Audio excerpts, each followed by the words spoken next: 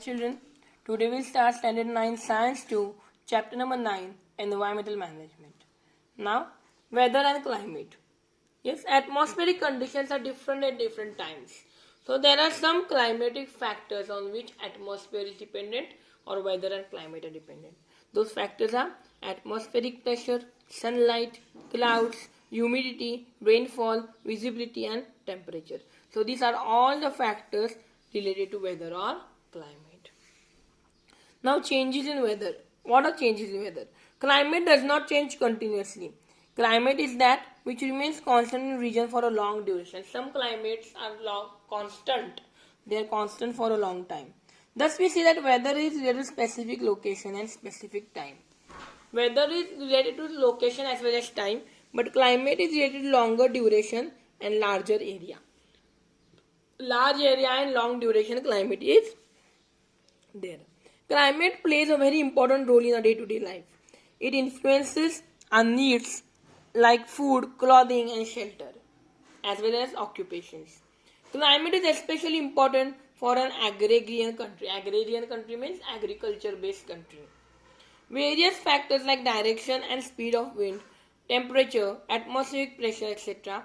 are considered during the construction of runways, seaports, bridge and skyscrapers. So these all factors are considered by constructing this. Next, a special day is there. 23rd March is observed as World Meteorological Day. Importance of weather. You have to read this importance of weather for your knowledge. It may come for the exam for 2 or 3 marks. Okay. So just what is the importance of weather? You can read it and understand it. If you don't understand, you can ask me, I'll tell you. Okay. It's very easy. Importance of weather in the living world. What is the importance of weather for us? While ascertaining the climate of particular region, a review of earlier studies are giving the or studying the climate, the review, a short recap of that region is taken. Most countries in the world have established meteorology departments. Meteorology means which are telling us about the climates and weathers for making and recording such observations. These departments have observatories which are equipped, which are well proper with the modern instruments and technology. If present, climatic conditions are analyzed. How are the climatic conditions? They are studied. With reference to the past, how were the before climatic conditions? They were compared. And they can change they can tell the climatic changes in the future, what could happen in the future. However, as climate is a net result of complex mixture, climate is a result of complicated mixture of various atmospheric factors. Forecasting it is very complicated. Telling it is more complicated. They tell, but it is not 100% it may become. Okay. So we cannot tell how the climate will change. Forecasting is easy for places where climatic changes are slow. Where the climatic changes are very slow, we can easily forecast it. But in limited nature. So in other, it's very difficult to forecast the climatic changes. Next is meteorology. The science that studies the interrelationship between various components of air, natural cycles, geological movements of earth and climate is called meteorology. Meteorology includes study of storms, clouds, rainfall, thunder, lightning, etc. Depending on the study of such factors, weather forecasts are made. Weather forecasting is made. Okay. So now let's see institutes at work. The World Meteorological Organization was established by United Nations on 23rd March. Okay. Yes. Next see, Indian Meteorological Department, IMD. The IMD was founded by the British in 1875 at Shimla. Its head office is at Pune and its regional offices are at Mumbai, Kolkata, Chennai, Nagpur and Delhi. Maps are also prepared which indicate the daily prediction of weather. So maps are prepared for the daily prediction of weather. Such maps are prepared and published twice in every 24 hours. In a day, 2 times they are publishing these papers, maps. Research is going on continuously on these various aspects like instruments for climate readings, predictions about climate made using radar. Radar technique all of you know, na? Yes. Prediction about climate related to seismology, predictions regarding rainfall by satellites, air pollution, etc. So on various factors, the research is going on continuously.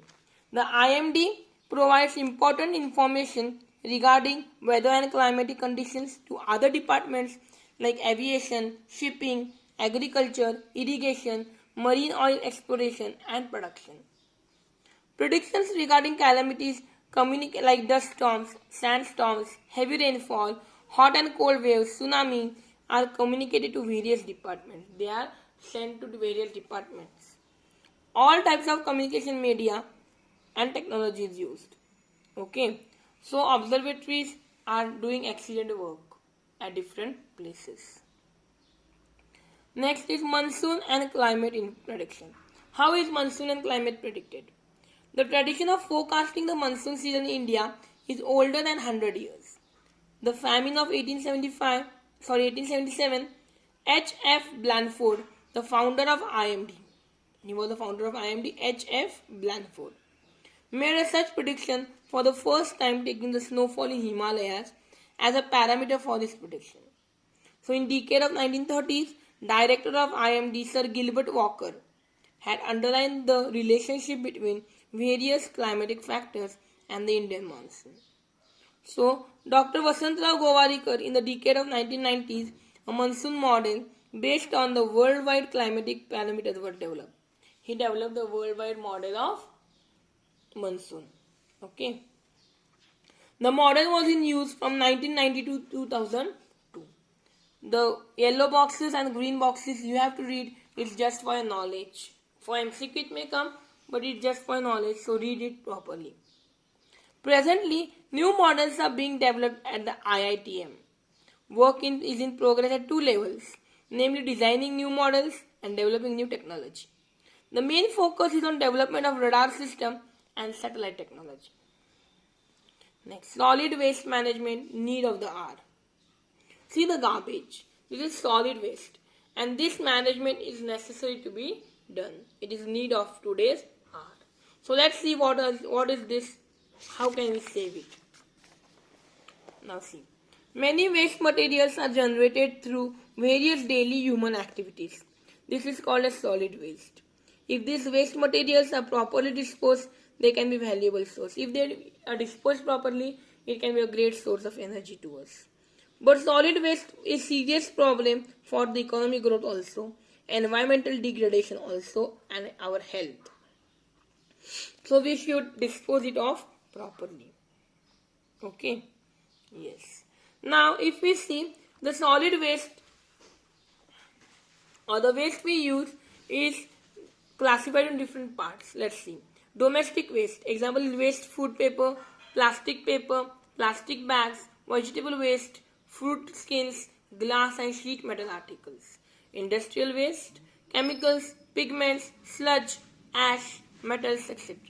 Hazardous waste, chemicals generated at various industries, radioactive materials, explosives, infectious materials, etc. Farm or garden waste is there, leaves, flowers, branches of trees, crops like straw, animal urine and dung, pesticides, remain of various chemicals and the fertilizers. Electronic waste, non-functional TV sets which are not functioning, which are not in proper condition, cell phones, music systems, computers and their parts.